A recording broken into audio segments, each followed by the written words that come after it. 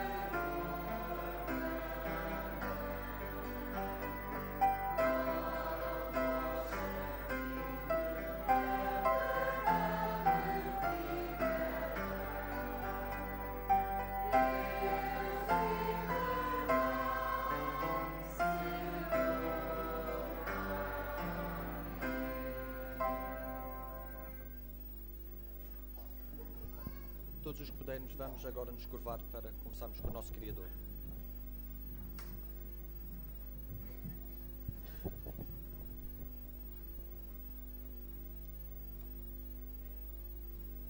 Querido Papá do Céu, nós estamos aqui, Senhor, perante Ti para Te louvar, para Te adorar. E nesta hora, Senhor, nós queremos Te pedir que Tu possas aceitar o nosso louvor, a nossa adoração a Ti. Ó querido Pai, nesta hora, Senhor, estamos felizes porque vamos ouvir, Senhor, a Tua mensagem esta manhã. Vamos abrir a Tua palavra, Senhor, e queremos Te pedir que Tu possas abrir a nossa mente para que possamos entendê-la e gravá-la, Senhor, nos nossos corações. Vem, Senhor, abençoar todos aqueles porque há algum motivo, Senhor, não puderam vir, por doença ou por outro motivo qualquer. Que Tu possas abençoá-los, Senhor, onde eles estão, Senhor, e que também a Tua presença se faça sentir junto deles. Vem, Senhor, abençoar o Teu servo que escolheste esta manhã, que ele possa ser, Senhor, utilizado por Ti para que possamos perceber, Senhor, realmente aquilo que Tu desejas para nós esta manhã. Vem, Senhor, estar connosco e protege-nos e abençoa-nos e dá-nos a Tua paz, em nome de Jesus. Amém.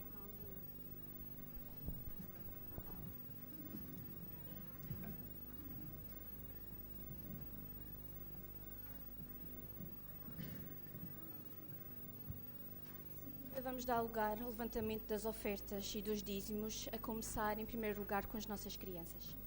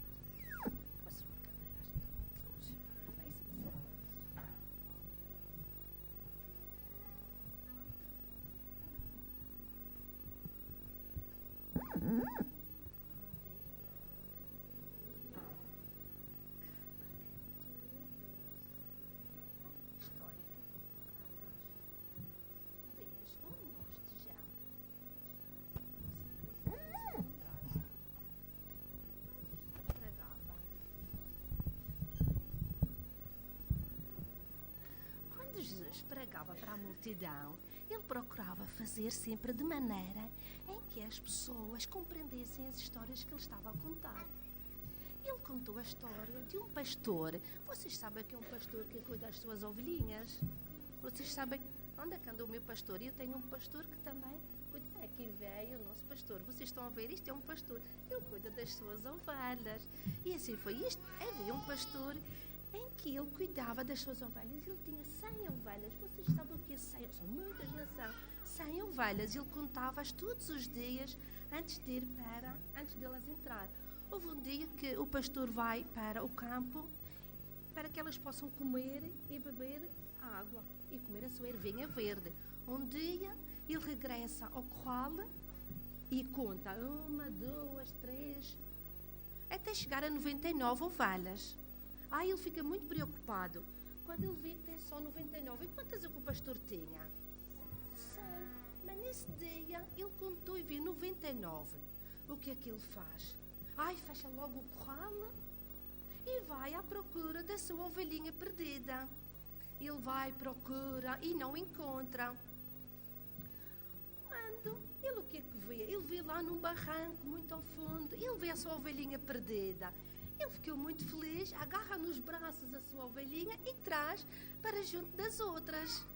Vocês estão a ver, o pastor encontrou a sua ovelha, era 99, encontrou a 100. Ele feliz vem para casa.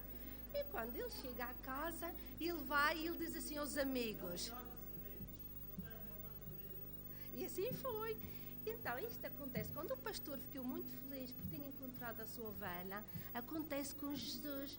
Quando nós estamos perdidos, o que é que acontece? Deus fica feliz e ele carrega sempre nos seus braços. Não só as ovelhinhas perdidas, mas todos os meninos que às vezes estão perdidos.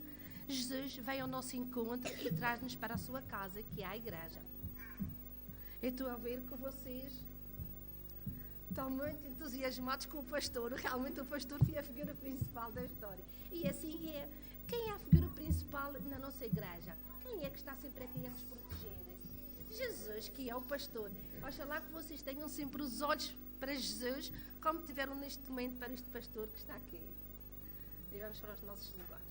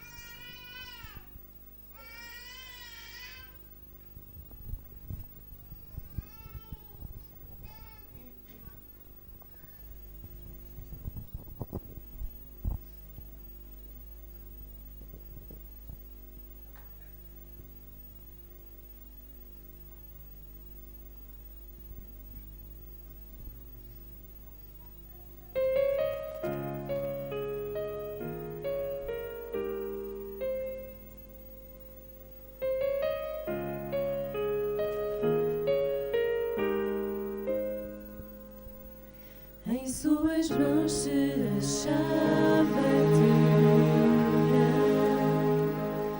em suas mãos repousava o perdão. O seu olhar de amor fazia qualquer pecador se arrepender. Ele levava consigo a vida de suas vestes brotava o poder.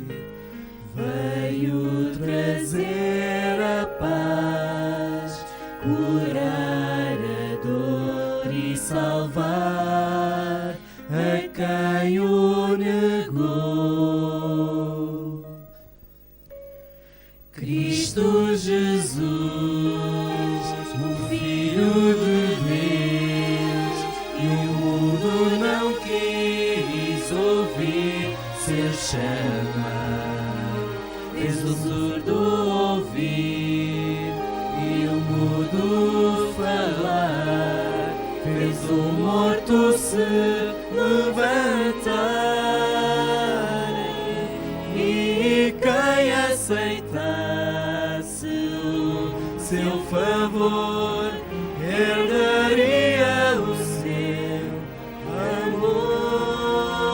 Ele veio morrer para ser o nosso Salvador.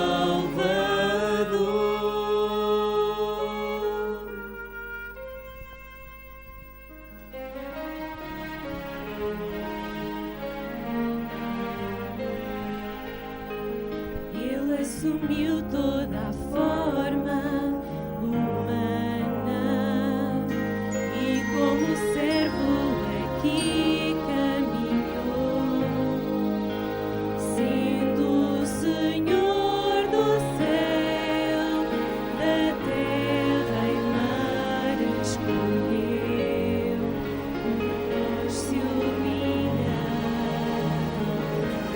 Lá no Calvário, triste momento, dilaceraram o seu coração. Cravos e os pés e mãos marcaram para sempre o autor da redenção. Cristo Jesus, o Filho de Deus, e o mundo não quis ouvir seu chamar. Fez o surdo ouvir e o mudo falar. Fez o morto se levantar. E quem aceitasse o seu favor herdaria o seu amor. Ele veio morrer para ser o nosso Salvador.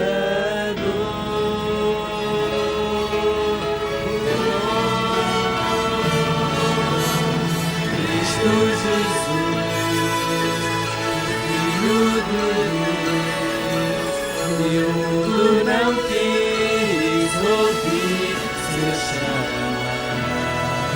Fez o surdo ouvir e o mudo falar. Fez o morto se levantar. E quem aceitasse o seu favor herdaria o seu amor. Veio morrer para ser o nosso Salvador.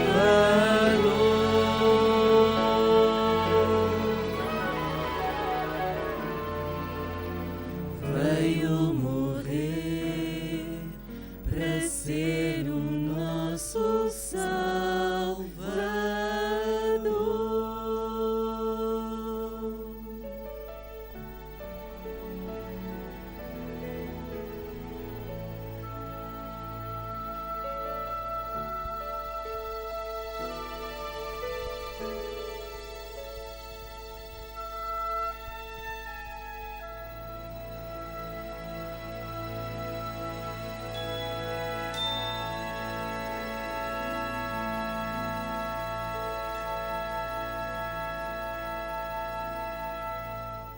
Amém.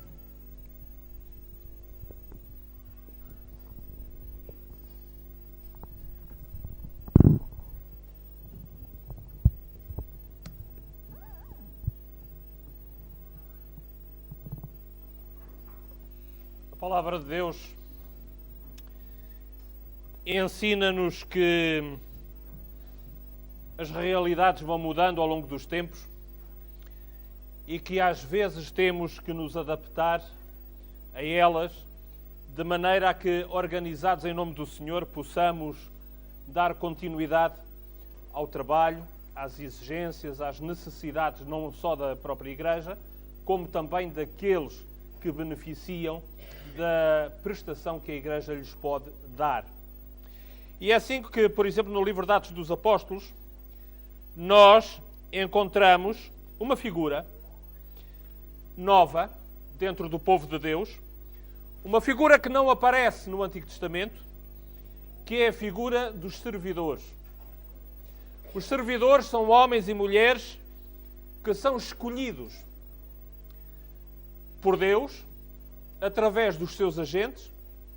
No tempo da Igreja primitiva, o agente era o Espírito Santo diretamente.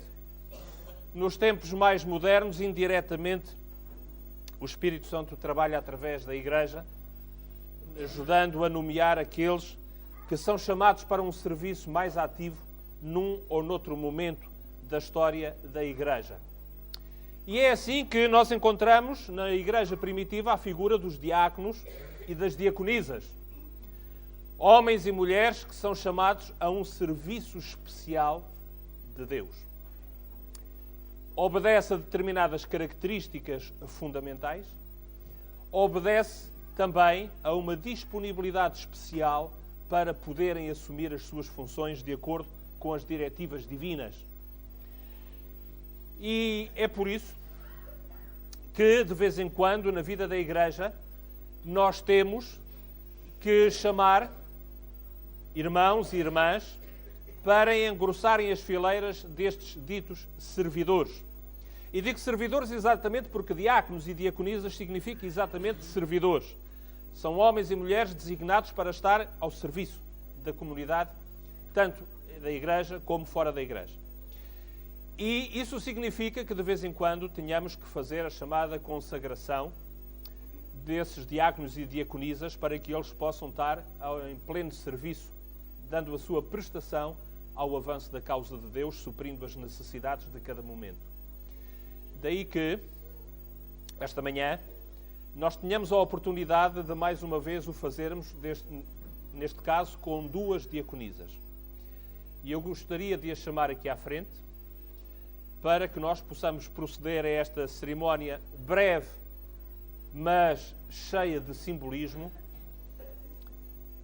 em que nós vamos apresentá-las à Igreja, vamos orar sobre elas, intercedendo junto do Senhor para uma bênção especial para o seu ministério de serviço, e também vamos pedir à Igreja que se envolva neste ato, levantando-se no momento apropriado para o efeito. As duas irmãs que vão ser ordenadas ao diaconato são a irmã Clarice e a irmã Joana, que se disponibilizaram a estar ao serviço do Senhor neste ministério especial que é o diaconato. Chega mais à frente. Eu não as vou apresentar individualmente porque elas já são bem conhecidas da Igreja. Aliás, é por isso também que a Igreja lhes estendeu o convite de as preparar, de contar com elas para o serviço do diaconato. Eu espero que realmente a vossa prestação possa ser um momento de prazer também, mas sobretudo de satisfação das necessidades da Igreja através do vosso serviço. E dou graças a Deus pelo chamado que Deus vos fez para este serviço tão especial. Peço a toda a Igreja que se possa levantar enquanto nós aqui nos ajoelhamos para podermos fazer a oração de consagração das duas irmãs.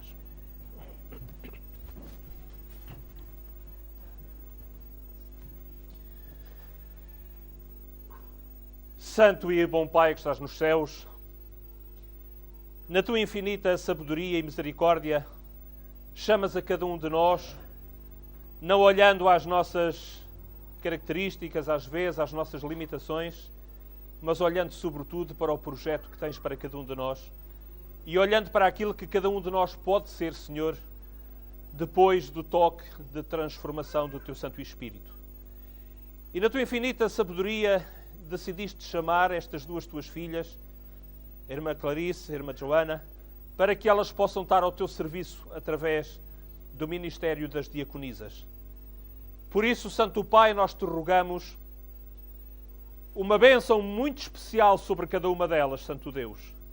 Que o teu Espírito as ajude e as inspire, Senhor, para que elas possam desenvolver um ministério de diaconisas digno do teu nome, de acordo com as necessidades da tua Igreja. Que as possas reconfortar nos momentos difíceis, que as possas fortalecer para que elas estejam sempre à altura dos desafios que terão que enfrentar. E que elas possam contar com cada um de nós dentro do teu povo, para as auxiliarmos, as aconselharmos e as ampararmos também nos momentos em que elas necessitem também do reconforto da comunidade. Tudo isto, Senhor, nós te suplicamos e te agradecemos em nome de Cristo, o nosso Salvador. Amém, Senhor. Agora, a chefe de diaconisas tem aqui uma lembrança para cada uma delas, mas não é apenas uma lembrança. É um desafio para que leiam e reflitam sobre o exemplo desse personagem que está aí, que é um exemplo muito atual e inspirador. Que ele possa ser uma inspiração verdadeiramente para cada uma de vós, está bom? Bom sábado. Obrigada. Bom sábado.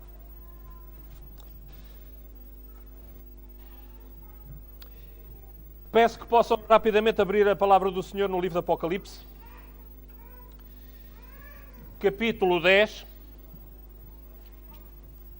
versículo 11. Apocalipse, capítulo 10, versículo 11.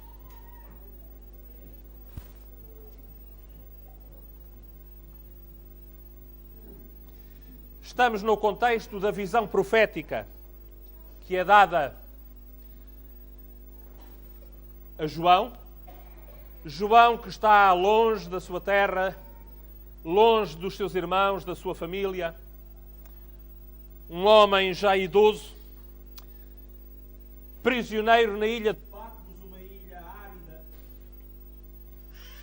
praticamente desértica, aonde o Senhor, mais uma vez, na sua infinita misericórdia e sabedoria, lhe concede a revelação acerca da história do povo de Deus até ao início da eternidade. E aí, nessa ilha, ele tem a oportunidade de receber várias visões que escreve neste livro. E no capítulo 10, versículo 11, diz: ele disse-me, importa que profetizes outra vez a muitos povos e nações e línguas e reis. Vou começar por vos contar uma história verídica. A história de um homem que podemos dizer, à luz da escola sabatina da semana que hoje finda, de um homem que foi um resiliente. Hoje em dia, espero que depois de uma semana a falar do assunto, todos nós saibamos o que é um homem resiliente. Se fosse a semana passada, se calhar não saberíamos. Hoje, espero que todos saibamos. Um homem que demonstrou ter resiliência em quantidade quanto basta. Ele nasceu no século XVII, mais propriamente em 1700, eu estou a ver aqui se descubro a data, em 1782, no estado do Massachusetts, portanto, na América do Norte. Ele recebeu uma educação cristã, rigorosa e severa, daquelas educações à antiga que hoje em dia se poderia dizer que estão fora de moda, mas que preparavam os homens e as mulheres para os embates da vida. E se a vida tem embates? E ele teve-os realmente. E foi graças a esta educação rigorosa, disciplinada, cristã, mas verdadeiramente rígida, que ele se pôde fazer um homem resiliente e enfrentar e sobreviver a tudo aquilo que ele teve que enfrentar desde a sua juventude. E passo a referir convosco algumas dessas experiências que exigiram grande resiliência da sua parte. Ainda jovem, muito jovem, ele demonstrou vontade de ser baleeiro.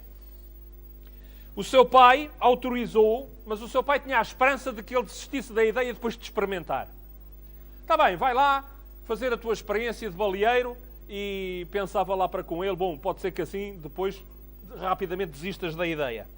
Bom, o que é certo é que ele não desistiu, mesmo depois de fazer a experiência da rotina diária, severa, da vida da marinha de pescar baleias, sobretudo naquele tempo, na transição do século XVIII para o século XIX, em que os barcos não tinham a consistência e os meios técnicos que têm hoje em dia. Depois teve um naufrágio, quase lhe custou a vida porque foi atacado por um tubarão, mas nem isso o fez esmorecer o seu gosto pelo mar. Aos 18 anos, foi forçado a alistar-se na Marinha Britânica e depois de raptado pelos antigos colonos, inimigos do seu país, teve 2 anos de trabalhos forçados, recusou combater as tropas de Napoleão e foi preso. Teve acorrentado com ferros nos pés durante 3 anos e, depois de ser libertado, voltou para a vida do mar. Ainda era jovem, a vida do mar e as experiências que já tinha passado fortaleceram ainda mais a sua vontade de continuar a sua vida. Teve uma carreira bem-sucedida na Marinha Mercante, mas nem o sucesso acabou por, de alguma forma, corromper a sua postura íntegra e determinada. Após alguns anos, vivendo sempre a sua fé cristã, a fé que aprendeu dos pais, viveu uma experiência terrível que durou 4 dias debaixo de uma tempestade terrível no mar e encontrou conforto numa Bíblia. E começou a ler a Bíblia mais do que nunca antes. Acabou por se converter verdadeiramente a Deus, apaixonou-se pelo estudo da sua Bíblia e, graças à sua postura, à sua determinação, à sua força de vontade, acabou por granjear a simpatia dos marinheiros seus subordinados. No entanto, curiosamente, e a vida tem destas coisas, apesar de passar por tudo isto, não foi isto que o tornou conhecido. Não foi isto que o tornou famoso. O que o tornou famoso foi uma experiência que ele teve que viver já no século XIX, em que ele foi um lutador em favor da liberdade religiosa, apoiante do movimento da abolição da escravatura e um fervoroso missionário da mensagem de Deus, que ao longo do tempo lhe foi sendo mostrada. E em 1839, depois de ouvir uma conferência proferida por um senhor chamado William Miller, que nós conhecemos em Portugal geralmente pelo nome de Guilherme Miller, ele aceitou a mensagem do Advento e acabou por se tornar um adepto dessa mensagem. Ele esperava de coração realmente que o Senhor voltasse entre 1843 e 1844 e acabou por vender a sua casa, vendeu todos os seus pertences, pagou as suas dívidas com receio de que o facto de ter dívidas pudesse de alguma forma dificultar a sua salvação pessoal. E o dinheiro que lhe sobrou, cerca de $11.000, naquela altura era uma pequena fortuna, $11.000 ainda hoje em dia seria uma quantia razoável, mas naquela altura era uma pequena fortuna. Ele empregou esse dinheiro, o dinheiro que ele tinha para a reforma, empregou para difundir a mensagem de que o Senhor voltaria. Ele viveu a 100% a mensagem de que o Senhor ia voltar. E de repente, num dia, o dia 22 de outubro de 1844, num único dia, tudo desmoronou. Não tinha mais casa, não tinha mais dinheiro para a reforma e o Senhor não voltou.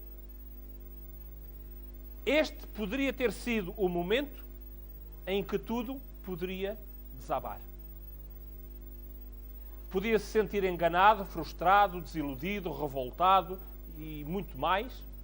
E eu creio que todos nós compreendemos com facilidade que este homem poderia ter razões para ter reagido desta forma. mas porque era um homem que desde a sua meninice estava habituado à disciplina, ao rigor, às dificuldades e que tinha passado por tantas coisas na vida, ele, como os outros cerca de 50 mil adventistas que viveram esta mesma experiência na América do Norte, não se deixou ir abaixo. E continuou firme na fé, procurando não na sua razão ou no descontentamento uma fuga, mas procurando, antes pelo contrário, na palavra de Deus, as razões daquilo que tinha acontecido. Talvez ainda nenhum de vós saiba de quem é que eu estou a falar.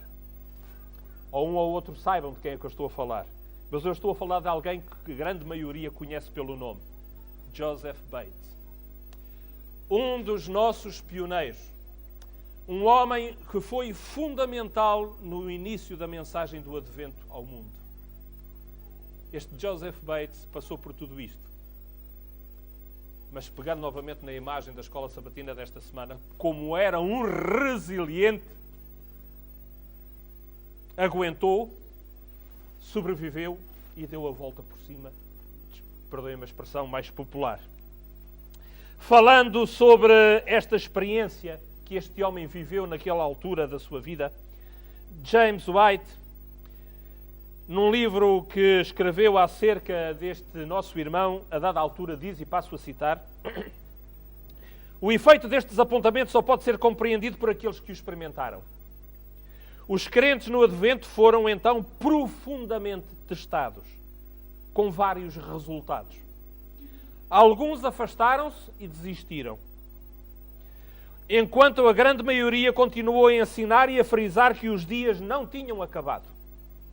Havia ainda outra classe que acreditava que os dias tinham terminado e que em breve seriam esclarecidos. Todos, com exceção desta última classe, rejeitaram virtualmente a sua anterior experiência e, em consequência, foram deixados na ignorância quanto à verdadeira posição e trabalho para o povo do Advento. Os que conhecem um pouco melhor a história da Igreja, da nossa Igreja, sabem como esta experiência foi profundamente tocante, traumática para todos aqueles que a viveram. Igualmente penosa e igualmente angustiante.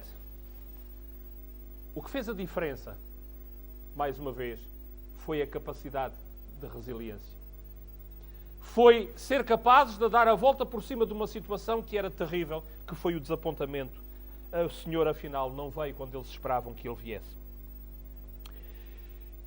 Avançando um pouco para outros personagens, o percurso inaugurado por William Miller, que levou ao grande movimento adventista do século XIX, teve por início a percepção do seu fundador de que um determinado texto bíblico de Apocalipse se referia ao momento histórico que ele estava a viver.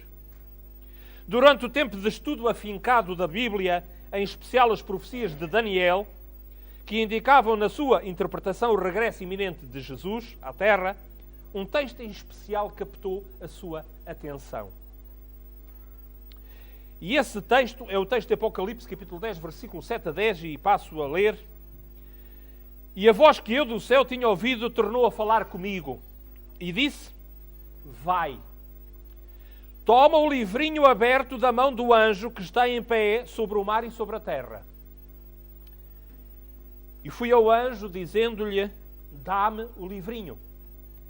E ele disse-me: toma-o e come-o. Ele será amargo, ele será doce na tua boca, mas amargo no teu ventre. Ao ler a visão de João e Apocalipse, no meio do seu profundo estudo da Bíblia, em exclusividade no período de 1816 e 1818, Miller encontrou nesse livrinho um acontecimento profético em cumprimento relacionado com Apocalipse capítulo 5. E quando mais tarde houve o desapontamento, este texto foi relido e interpretado de outra maneira. A atenção foi pronunciada para um episódio em especial, que um irmão nosso, especialista na história da Igreja e professor e grande escritor na atualidade adventista, que é o professor George Knight. Ele dizia: quando eu estiver com os pioneiros na eternidade, há uma pergunta que eu lhes quero fazer. E ele dizia: a pergunta que eu lhes quero fazer é se eles não leram o resto do texto.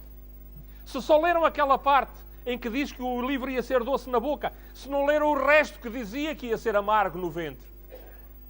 Porque, na verdade, a esperança da vinda do Senhor, a iminência da vinda do Senhor, era doce na boca dos nossos pioneiros. Eles acreditavam verdadeiramente que o Senhor se ia manifestar em poder e glória, mas não leram a parte amarga, ou pelo menos não a relacionaram na altura com a possibilidade de estarem a ter uma má interpretação daquilo que o texto dizia. Na verdade, Daniel capítulo 12, versículo 4 dizia, e Daniel fecha estas palavras: sela este livro até ao tempo do fim, e muitos correrão de uma parte para a outra, e a ciência se multiplicará. A visão tinha sido dada, a mensagem estava lá, a interpretação não era aquela que eles davam. O que é facto é que nós ainda cá estamos. 2011, fevereiro, já passou mais de metade, e cá continuamos na espera que o Senhor volte. Mas avançando um pouco, digamos que dando um salto desde o tempo dos pioneiros até o ano passado, cerca de 166 anos, nesse salto, num país que tem cerca de 10 mil crentes, a mensagem de Jesus continua a ser proclamada. Jesus voltará em breve. Membros e herdeiros do movimento adventista juntam-se e lançam-se numa iniciativa muito singular, incomparável em meios, recursos e em esforços. Imbuídos de espírito missionário, com amor por todos os que ainda não conhecem a alegria da mensagem do Advento, esses filhos de Deus distribuem 786 mil livros em Portugal. Foi isto que aconteceu o ano passado. O alvo que era proposto a nível nacional era 300 mil livros. Nós atingimos 786 mil livros para serem distribuídos. O livro intitulado O Caminho para a Esperança. E aqui realmente a esperança é a palavra-chave. A esperança de que o Senhor vai voltar, de que vale a pena continuar no caminho. Meus prezados irmãos, este número de livros que foi adquirido e colocado em distribuição foi o mais elevado de todo o mundo, por número de membros. Ou seja, Portugal foi o país, por número de membros, que mais livros distribuiu no mundo inteiro. À frente da África, à frente do Brasil, que geralmente são conhecidos como países campeões neste tipo de iniciativas, até a Roménia. Mas Portugal foi aquele que mais livros distribuiu por pessoa no mundo inteiro. Desta vez, meus prezados irmãos, marcámos positivamente a nossa participação. E agora a pergunta que se coloca é: o que fazer? Como é que vamos dar continuidade a isto? Vamos ficar aqui um pouco à semelhança dos nossos pioneiros, frustrados, desanimados, angustiados, porque os resultados não foram aqueles que se esperava que fossem? Vejamos as coisas pelo lado certo. Cada livro daqueles está num lar. Eventualmente guardado num canto do lar, pode estar dentro de um baú, no sótão, sei lá, na prateleira da sala, onde for. Mas está lá. E lá onde ele está, ele pode falar a qualquer momento do dia ou da noite, sem que qualquer um de nós lá esteja para dar o testemunho. O livro está lá, pronto a ser lido e a mensagem a passar. Acham que o Espírito Santo vai esquecer-se desse mensageiro onde ele está? lá onde ele está, no momento certo, Deus pode tocar o coração daqueles que estiverem ali por perto, para que vão lá até ao livrinho e, por uma questão de curiosidade, olha, deixa lá ver o que é que isto diz, afinal de contas já está aqui há algum tempo. E a mensagem passa, a mensagem chega aos corações. Meus irmãos, não foi dinheiro desperdiçado, não foi tempo perdido, muito pelo contrário. A mensagem está lá, disponível, a postos, para ser transmitida e alcançar os corações quando o Senhor assim considerar como oportuno. Voltemos um pouco atrás. Voltemos a Joseph Bates, 1844. Ele não desistiu. Ele confiava em Deus, ele confiava na sua palavra, na correção das descobertas bíblicas que tinham sido feitas até aquele momento. E a resposta que ele teve foi persistir no estudo da palavra. Ele queria entender o que é que não tinha corrido bem. Ele sabia que a Bíblia continuava a ser a palavra do Senhor. Ele sabia que a profecia continuava a trazer luz sobre o presente e sobre o futuro. E se o acontecimento que ele aguardava não tinha ocorrido, não é porque a Bíblia tivesse passado de prazo de validade, não era porque a profecia já não fosse válida, a resposta tinha que ser outra. E a resposta dele foi persistir, avançar para a frente com ânimo. E foi assim que aquele homem foi, em meados do século XIX, para o sul dos Estados Unidos. E aí no sul, ele foi um pregador da mensagem do Advento. Entraram em contacto com os batistas do sul, uma denominação evangélica que tinha o sábado como dia de observância religiosa.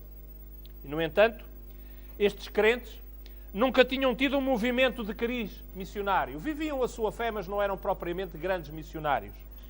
O que é facto é que entre 1840 e 2000 o número diminuiu de 6 mil para 4.800 membros nestes batistas do sul. No entanto, através deles havia uma mensagem que Deus queria que chegasse até aos adventistas. Até àqueles que eram portadores da mensagem de que o Senhor iria voltar em poder e glória à terra. E foi assim que a mensagem do sábado chegou até nós. Os adventistas acreditavam que o Senhor ia voltar. E começaram a descobrir na palavra de Deus vários textos que diziam que o Senhor haveria de voltar. Mas ainda não tinham compreendido toda a mensagem que Deus tinha para o povo do tempo do fim. Havia ainda pérolas bíblicas que ainda não tinham sido descobertas, mas que outros tinham. E através destes, os adventistas ampliaram a sua compreensão da Sagrada Escritura e da mensagem de Deus para o tempo do fim. Através deles, o conhecimento do sábado veio até nós. E meus irmãos, não foi Ellen White que descobriu o sábado. A mensagem do sábado chegou até aos adventistas através de outros cristãos que não eram adventistas. O que aconteceu foi que mais tarde Ellen White recebe em visão a confirmação de que o sábado efetivamente ainda era o dia especial de Deus, o que é diferente. Não há nenhuma doutrina que tenha sido dada à Igreja através de Ellen White. Não era esse o seu ministério. O seu ministério é um ministério de mensageira do Senhor, não de descobridora ou instituidora de doutrinas ou de dogmática na Igreja. Os nossos pioneiros perseveraram. E nós, à semelhança deles, somos também chamados a perseverar. Tivemos uma grande iniciativa missionária, uma experiência única em Portugal. Batemos um recorde mundial per capita de membros. E agora? Vamos cruzar os braços e esperar? Ou há mais para fazer? O exemplo dos nossos pioneiros diz-nos que ainda há muito mais para fazer. E que isso tem que ser feito. Porque o Senhor continua a ter homens e mulheres fora das fileiras do povo que necessitam e que anseiam perceber o sentido da vida, perceber porque é que estão cá, perceber a verdadeira mensagem do cristianismo, compreender que Deus é um Deus de amor e que esse amor de Deus tem implicações práticas na vida e, sobretudo, nos dá uma esperança para o futuro que faz todo o sentido. Em 2011, mais uma vez em Portugal, vamos ter a oportunidade de pôr em marcha um projeto missionário. Esse projeto missionário é a continuidade daquele que foi iniciado o ano passado. O Caminho para a Esperança é uma mensagem de apelo, de sensibilização para a importância de termos Deus na nossa vida. Mas será que a mensagem de Deus se esgota aí? Será que Deus não tem mais nada a dizer às pessoas a não ser que elas devem ter esperança, que elas devem confiar que há um Deus Salvador que nos dá muitas coisas boas em Jesus Cristo? Será que a mensagem se esgota aqui? Claro que não. À semelhança, mais uma vez, dos pioneiros, há mais uma mensagem que deve chegar às pessoas. Não como uma doutrina, não como uma regra, não como uma imposição, mas sim como um privilégio, como algo que as pessoas precisam para poderem viver melhor neste mundo. E sabem de que é que eu vos estou a falar? Exatamente do tema do livro, ou melhor, dos livros, que vão ser distribuídos este ano. O sábado. O livro, ou melhor, os livros, são, e perdoem-me que isto não soa muito bem em português, os livros são este. E porquê é que eu digo que os livros são este? Não estou enganado. E passo a explicar. É que são 2 livros num. Um dos livros diz um tempo para si. Porquê? É sobre o sábado. O porquê do sábado. Porquê é que o sábado continua a ser importante para Deus e sobretudo para os homens? E depois o outro livro é um tempo para si. Para quê? E eu acho que antes de mais este livro vai ser bom para nós. Não apenas para percebermos os porquês do sábado, mas os paraquês do sábado, porque às vezes há dúvidas, até nas nossas fileiras, acerca disso. São 2 autores diferentes, cada um deles escrevendo sobre o sábado em perspectivas diferentes, e os 2 livros foram reunidos neste. E por isso eu vos dizia há pouco que os 2 livros eram este. Este é o livro missionário do projeto especial de missão deste ano. Vai ser feito exatamente nos moldes como foi o ano passado. Cada um de nós vai poder falar com Deus e fazer um pacto com Deus dizendo: eu cedo esta determinada verba para a aquisição de X de livros que serão ao mesmo preço do ano passado, à partida. Se o número aumentar, como o ano passado também ocorreu, será menor e, portanto, haverá mais livros disponíveis. Daí que, em vez dos 300 mil inicialmente previstos, fossem 786 mil. E, portanto, é este livro que nós vamos dar às pessoas. As pessoas, lendo, ficarão a perceber porque é que o sábado continua a ser o dia especial e não um outro qualquer, ou não passou de validade, como alguns pensam que passou. E, por outro lado, para que é que ele serve? Meus prezados irmãos, termino a mensagem neste momento, mas convido-vos a assistirem com atenção ao vídeo que vai ser apresentado acerca deste assunto. São apenas 5 minutos, é muito rápido, mas chamo a vossa atenção para o vídeo, porque vai ser importante para compreenderem um pouco melhor o que foi e o que vai o ano passado e o que vai ser este ano. Que o Senhor nos ajude realmente a sermos missionários através da distribuição deste livro, que acredito vai ser muito importante para a vida de muita gente aqui na Ilha da Madeira. Obrigado pela vossa atenção e então chamo a vossa atenção para o vídeo que vai ter lugar a seguir. Ora bem, não viras? Não? Aquilo passa. Aí, aí. Mas aquilo não tem som. Preocupes.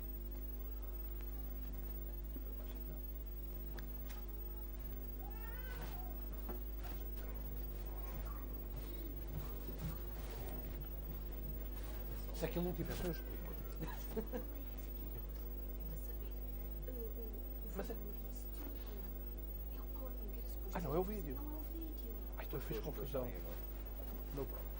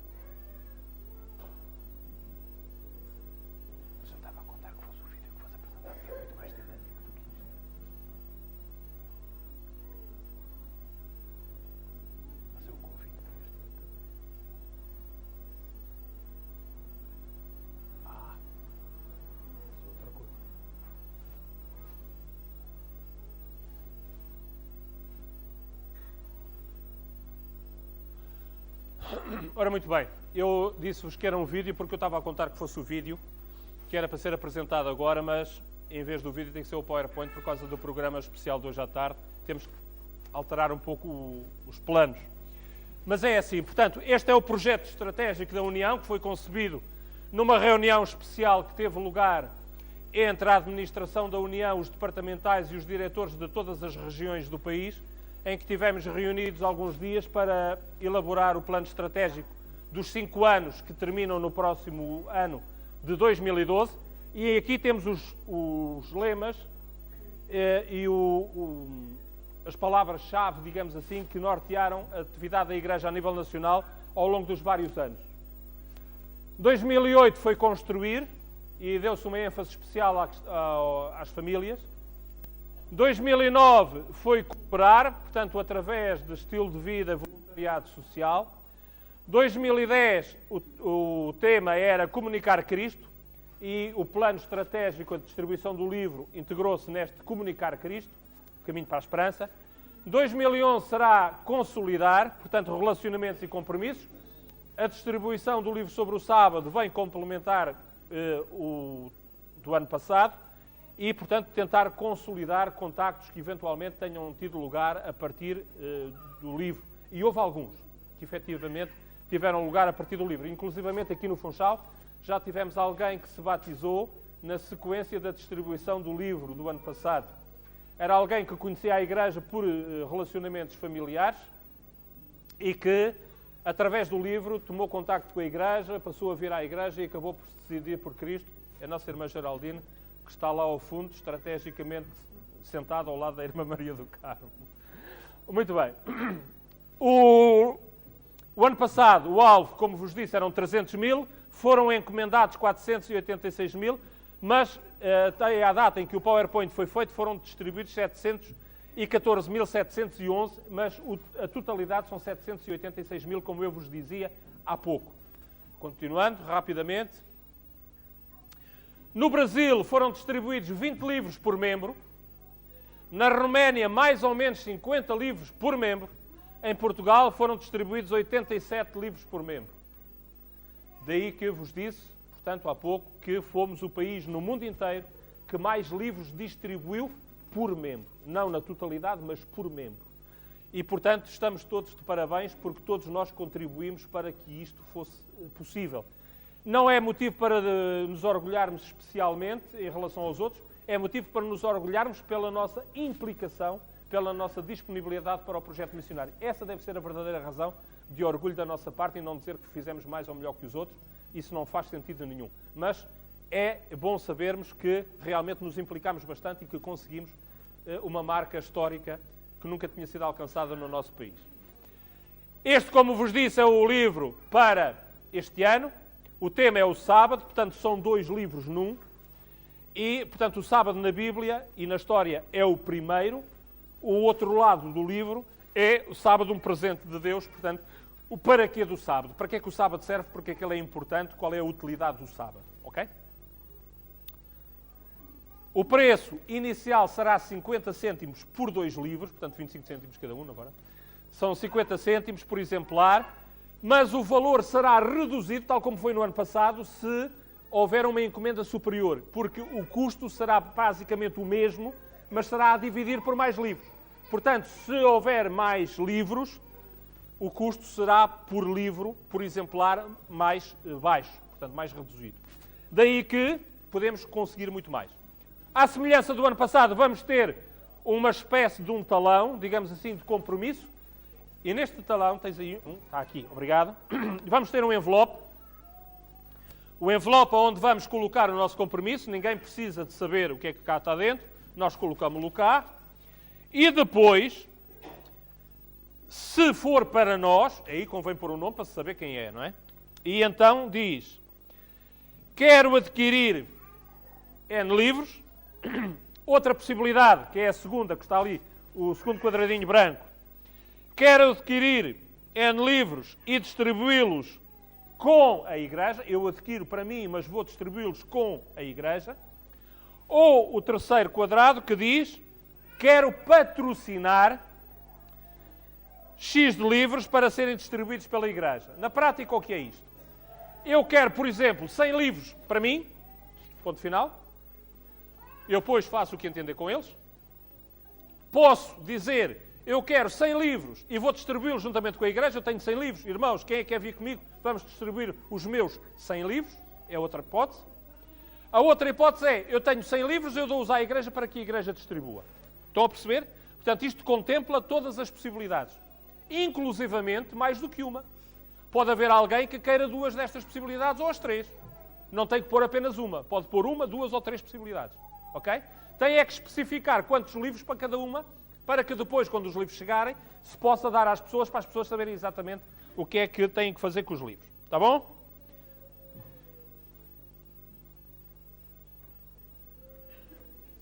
Falta aqui um microfone. Enquanto ela se prepara para falar, contrafeita, mas enfim. Aqui tem onde pôr o nome, tem onde pôr o contacto, o vosso mail e a igreja. Portanto, se está aqui algum membro que não é desta igreja, mas que vai apresentar aqui, bom, pode dizer, eu sou da igreja tal, mas estou cá e quero que... Está bem? Portanto, e depois tem aqui também, nestes espaçozinhos aqui assim, não é bem um quadrado, mas é uma espécie de parênteses quase quadrado. Ali poderão pôr se pagam em dinheiro, se pagam em cheque ou noutra modalidade qualquer, está bem? Atenção que têm que pagar quando... É o seguinte, como é também fornecido o envelope pode ser fechado, era bom que os irmãos, quando fizessem a vossa encomenda, que pudessem já pôr o dinheiro, porque quando eu fizer a encomenda à União, tenho que fazer o pagamento automaticamente. Prezados irmãos, com 1 euro, nós temos a possibilidade de colocar 2 livros num lar, ou seja, na prática 4 livros, porque 1 são 2, portanto, temos a possibilidade de colocar com 1 euro 4 livros em 2 lares. Está bom? Portanto, façam as vossas contas com Deus e deixem que Deus vos dirija na decisão que tiverem que tomar sobre isto. Muito bem. Portanto, este é o plano, a agenda da programação deste projeto missionário. Vai haver entrega hoje das folhas de compromisso à saída, não é? Depois a colocação das folhas será numa sexta e haverá, como o ano passado, também uma oração em que vamos orar sobre os pedidos, sobre os livros e sobre a distribuição dos livros. Para que os livros vão aos locais certos. E que nós não sabemos quais são, mas Deus sabe. Está bem? Rapidamente. Isto são as várias zonas do país que agora para nós não têm grande interesse. Isto é a nível nacional. Portanto, na Madeira, a Igreja do Funchal, a data ainda é a combinar. Aliás, com o Caniço e os outros também será assim. Mas seremos devidamente informados. E também já sabemos que seremos os primeiros, como o ano passado, seremos os primeiros a receber. Isto porquê?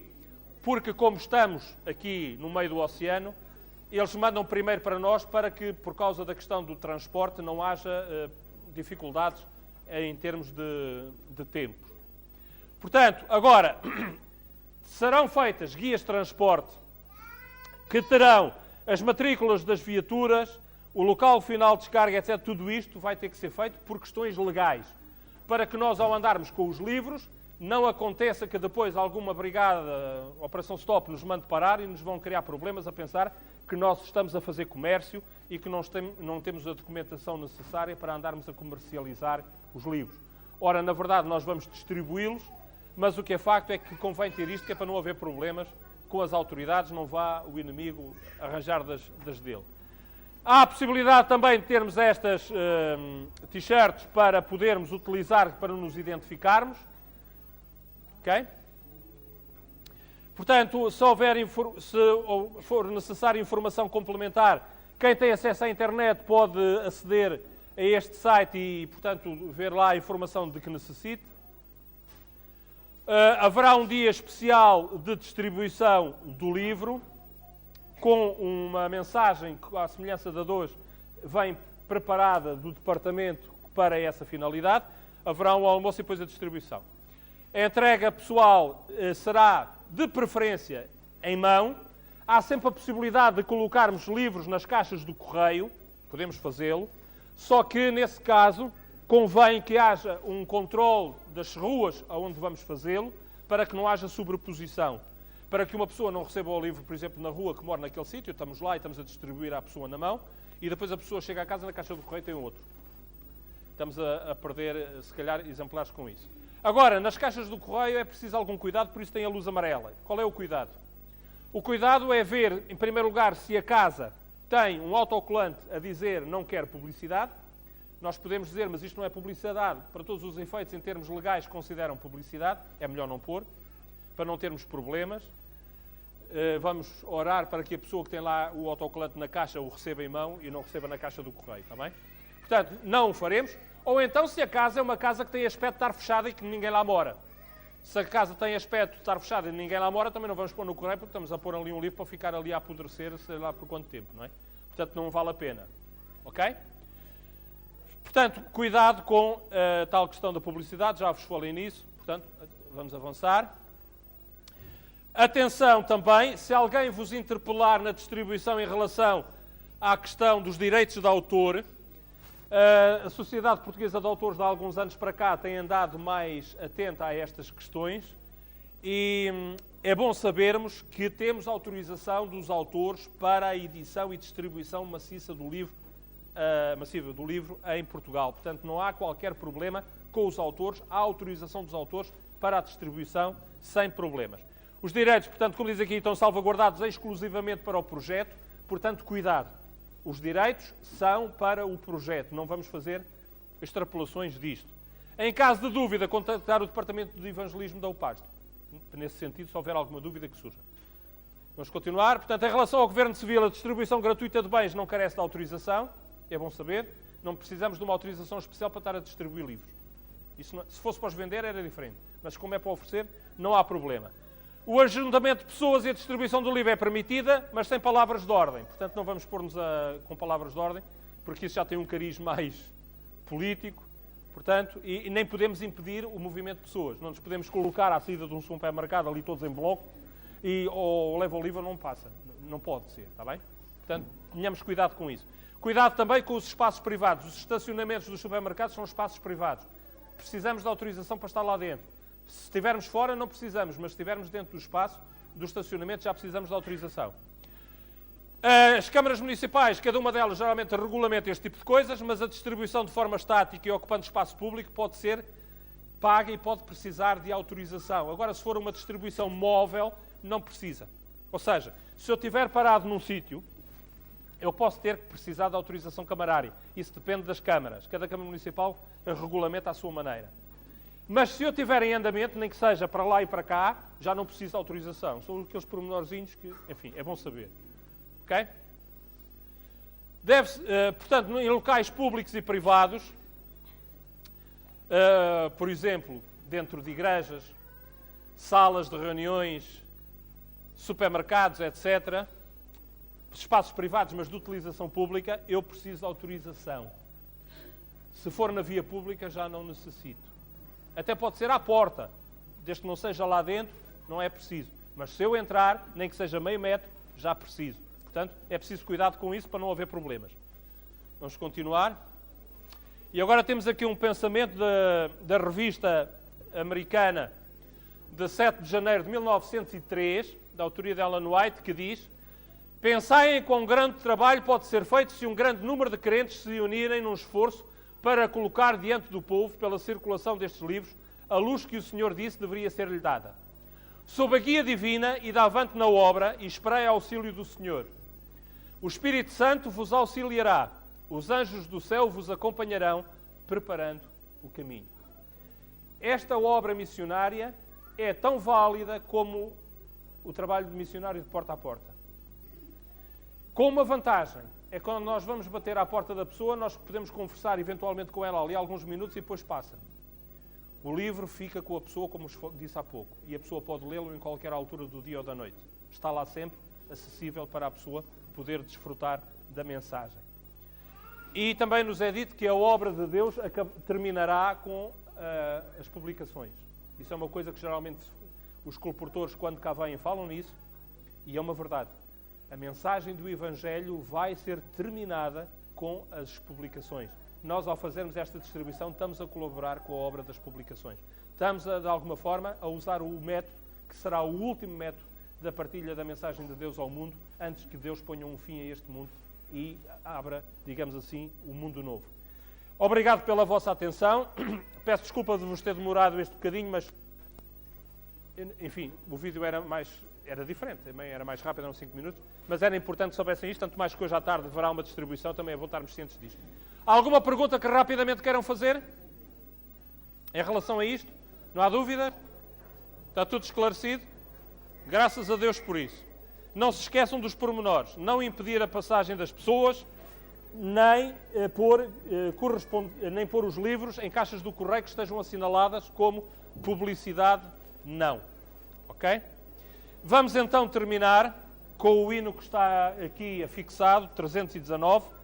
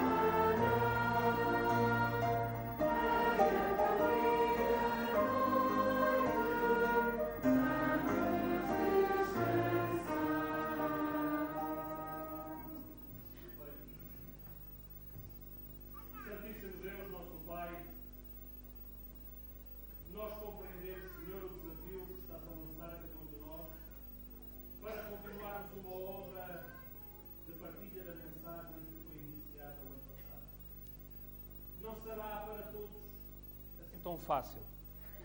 Há dificuldades de vária ordem, mas nós sabemos, Senhor, que Tu és o Senhor das dificuldades, que és o Deus das soluções, que podes, com a Tua inspiração e o Teu poder, ajudar-nos a ultrapassar qualquer obstáculo que se coloque e que nos podes fazer desfrutar de experiências maravilhosas se nós nos disponibilizarmos para avançarmos pela fé. E por isso, Santo Pai, nós queremos rogar-te que possas verdadeiramente tocar cada coração, que cada um de nós possa sentir a importância desta obra e que todos nós nos possamos implicar dentro das realidades e possibilidades de cada um, mas pela fé, de nos implicarmos a todos nesta distribuição massiva de livros. Livros que levam a tua mensagem a cada lar, a cada um daqueles que connosco vivem neste cantinho do mundo que criaste.